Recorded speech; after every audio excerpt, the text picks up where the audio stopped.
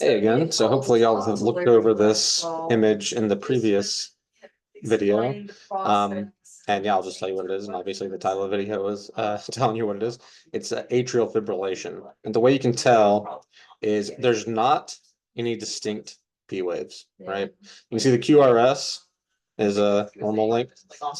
Looks like it's about, 0.8 or 0.08, I should say. At least this one seems to be. There's no real distinct P waves.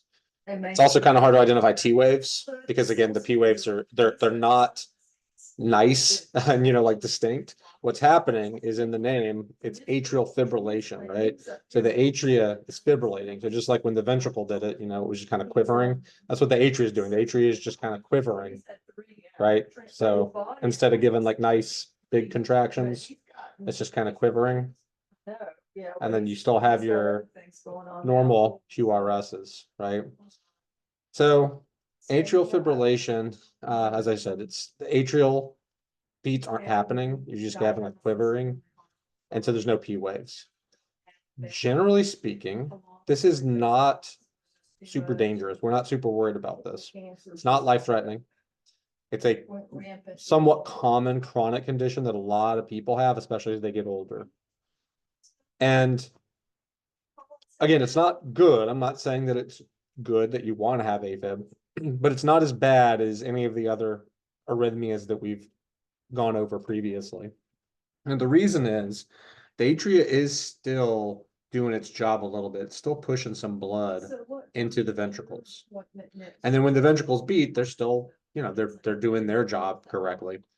And remember too that it's a lot easier to pump from the atria to the ventricle than it is for the ventricle to pump all the blood all over your body, right? So even though the atria is kind of quivering, it's not doing the best job and the most effective job, it's still pushing blood into the ventricles, right? So again, this is not to say it's what we want, but it's just this is not a rhythm that we see it and we, get really, really worried or freaked out or something. It's more like, okay, we need to investigate it. We want to fix it. We want to try to make it so that this isn't happening or make it a little less severe. But we're not thinking like, oh crap, we got to do something serious. So how do we treat it? In some cases, they might do catheter ablation, which I went over. They also might do cardioversion. And I want to take this moment just to go over a little bit the difference between defibrillation and cardioversion. So because they both involve electrical shocks. So defibrillation is, as I mentioned before, it's kind of like what you imagine in TV shows or movies, or if you work in an ICU setting, when you shock people, you defibrillate them, you're clear, give them a shock. Cardioversion is also an electric shock, but there's a difference in that the defibrillation is a very large jolt of electricity that is sent to kind of like reset the heart, right? The cardioversion is typically a lower dose. It might be given a few times or over a longer period of time.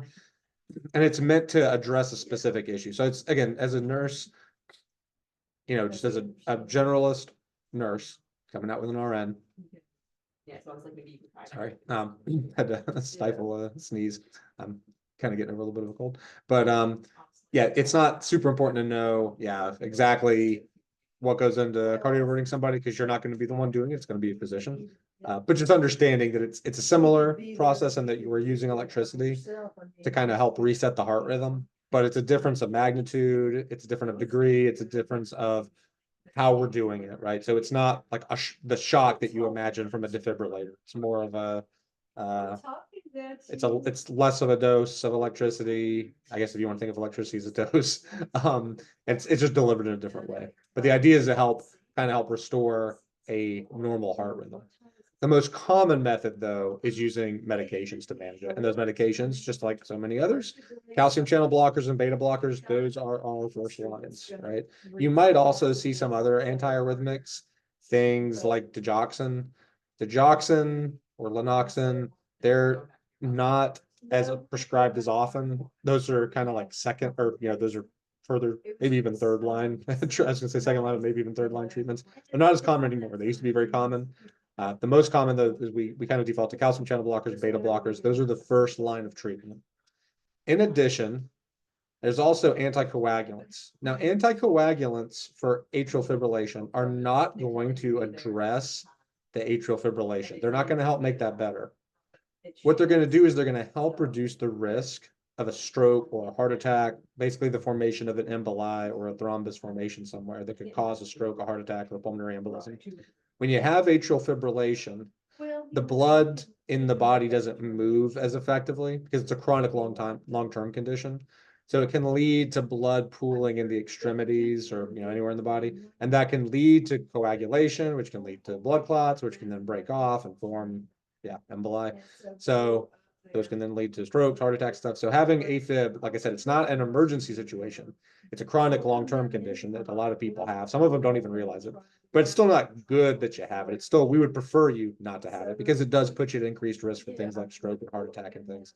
So one of the things we can do is give you anticoagulants to help reduce that risk because it basically makes the blood a little less likely to coagulate, even though it's not flowing as well as it, as well as we would like it to. Now, whoa, this really didn't crop very well. I'm so sorry that it's so grainy.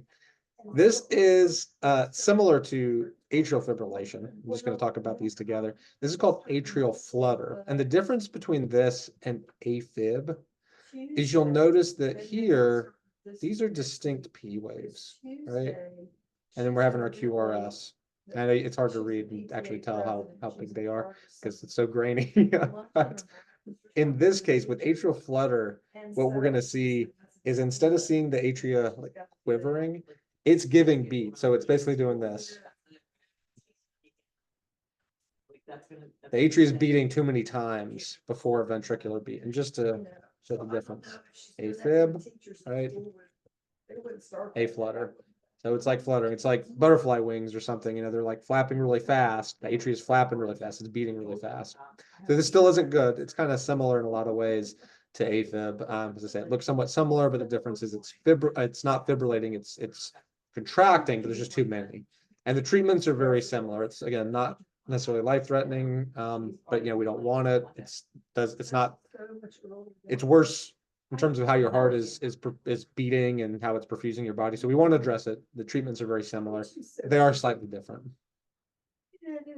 So now take a moment to look at this rhythm. Now this strip that I got does not have the small boxes for some reason, but you don't really need them that much.